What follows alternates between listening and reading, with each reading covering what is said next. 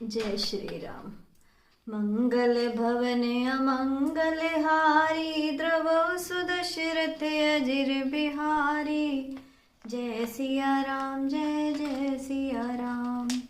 दीन दयाल बिरनु संभारी, हरऊ नाथ मम संकट भारी। जय सिया राम, जय जय सिया राम। जय सिया राम, जय जय हनुमान। स्वामी को अनुकूल देखकर पवन कुमार हनुमान जी के हृदय में हर्ष छा गया और उनके सब दुख समाप्त हो गए। उन्होंने कहा, हे नाथ, इस पर्वत पर वानर राज सुग्रीव रहता है, वह आपका दास है। हे नाथ, उससे मित्रता कीजिए और उसे दीन जानकर निर्भय कर दीजिए। वह सीता जी की खोज कराएगा और इधर उधर करोड़ों वानरों को भेजेगा। इस प्रकार सब बातें बताकर हनुमान जी ने श्री राम लक्ष्मण दोनों जनों को पीठ पर चढ़ा लिया। जब सुग्रीव ने श्री रामचंद्र जी को देखा तो अपने जन्म को अतिशय धन्य समझ लिया। सुग्रीव चरणों में मस्तक झुकाकर आदर सहित मिले। श्री रघुनाथ जी भी छोटे भाई लक्ष्मण सहित उनसे गले लगकर मिले। सुग्रीव अपने मन में इस प्रकार सोच रहे हैं कि हे विधाता, क्या ये मुझसे प्रीति कर सकेंगे? तब हनुमान जी ने दोनों ओर की सब कथा सुनाकर अग्नि की साक्षी देकर प्रतिज्ञा पूर्वक उनकी मैत्री करवा दी। दोनों ने हृदय से प्रीति की, कुछ भी अंतर नहीं रखा। तब लक्ष्मण जी ने श्री रामचंद्र जी का सारा इतिहास कह सुनाया। सुग्रीव ने नेत्रों में जल भरकर कहा, हे नाथ, मिथिलेश कुमारी जानकी जी अवश्य मिल जाएंगी। मैं एक बार यहाँ मंत्रियों के साथ बैठा हुआ कुछ बातचीत कर रहा था, तब मैंने शत्रु के वश में पड़ी विलाप करती हुई सीता जी को आकाश मार्ग से जाते हुए देखा था। हमें देखकर उन्होंने राम राम, हाँ राम कहकर वस्त्र गिरा दिया था। श्री राम जी ने उसे मांगा, तब सुग्रीव ने तुरंत ही दे दिया। वस्त्र को हृदय से लगाकर रामचंद्र जी बहुत ही चिंतित हो गए। सुग्रीव ने कहा, हे रघुवीर, सुनिए, चिंता छोड़ दीजिए और मन में धीरज लाइए। मैं उन सभी उपायों से आपकी सेवा करूंगा जिनसे जानकी जी आपको अवश्य मिले। कृपा के सागर और बल की सीमा श्री राम जी सखा सुग्रीव के वचन सुनकर हर्षित हुए और बोले, हे सुग्रीव, मुझे बताओ, तुम वन में किस कारण रह रहे हो? सुग्रीव ने कहा, हे नाथ, बाली और मैं दो भाई हैं। हम दोनों में ऐसी प्रीति थी कि वर्णन नहीं किया जा सकता। हे प्रभु, मैं दानव का एक पुत्र था, उसका नाम मायावी था। एक बार वह हमारे गांव में आया।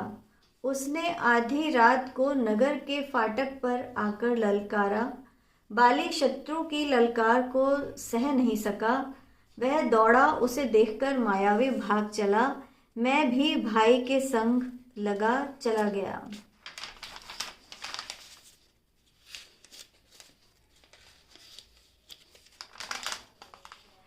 वह मायावी एक पर्वत की गुफा में जा घुसा।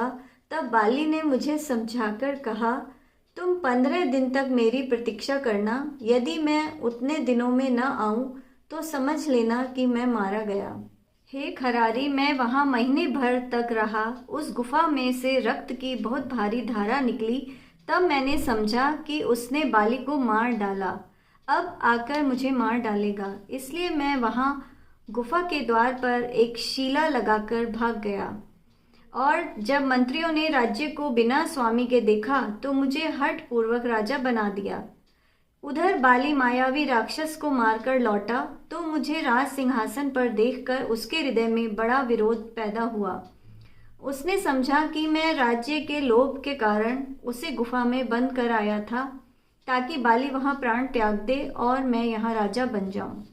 उसने मुझे घोर शत्रु समझकर बहुत मारा, पीटा और मेरा सब कुछ, यहाँ तक कि स्त्री को भी छीन लिया।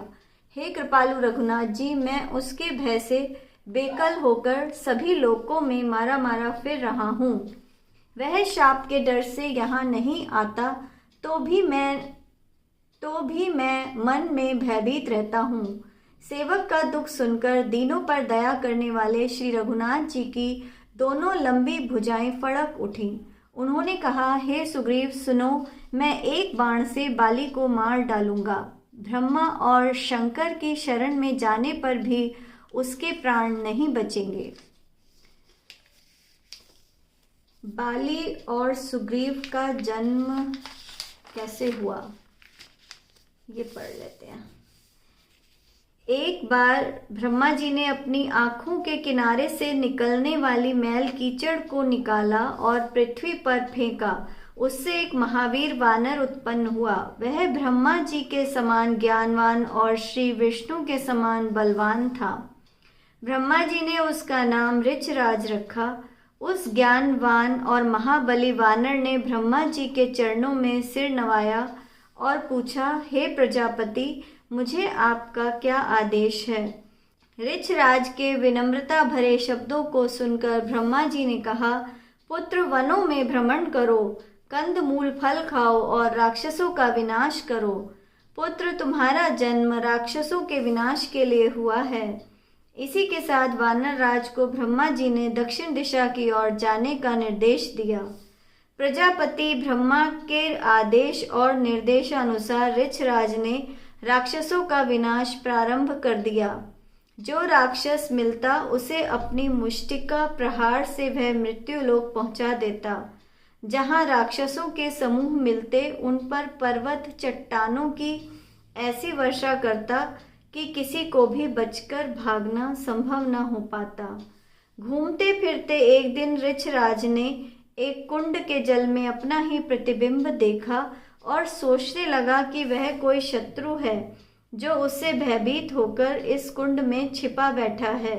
वह क्रोधित होकर इस कुंड के चारों ओर घूमकर जो चेष्टाएं करता, प्रतिबिंब में भी वही चेष्टा होती।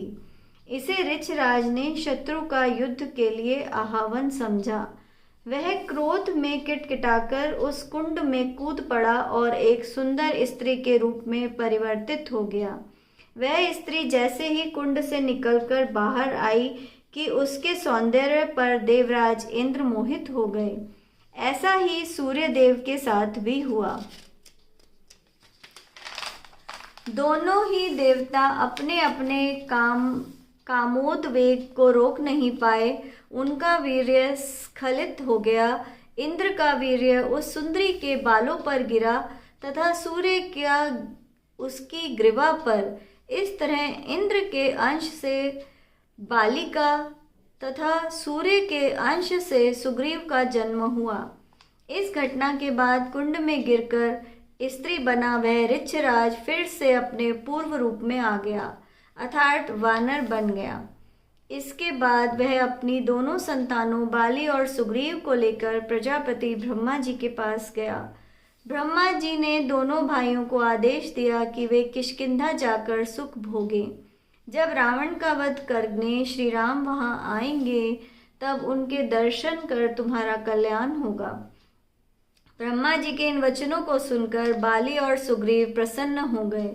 उन्होंने सोचा, जिनके दर्शन करने के लिए ऋषि मुनि वर्षों तक तप करते हैं वे उनके अनायास ही दर्शन करेंगे। इसके बाद दोनों भाई किष्किंधा आ गए। किष्किंधा में उन्होंने राक्षसों और दानवों का संहार किया तथा वानरों के राज्य की स्थापना की। महाबली बाली किष्किंधा का राजा बना। मंगल भवने अमंगल हारी, द्रव सुदशरथ अजिर बिहारी। जय सिया राम, जय जय सिया राम। दीन दयाल बिरधु संभारी, हरौ नाथ मम संकट भारी।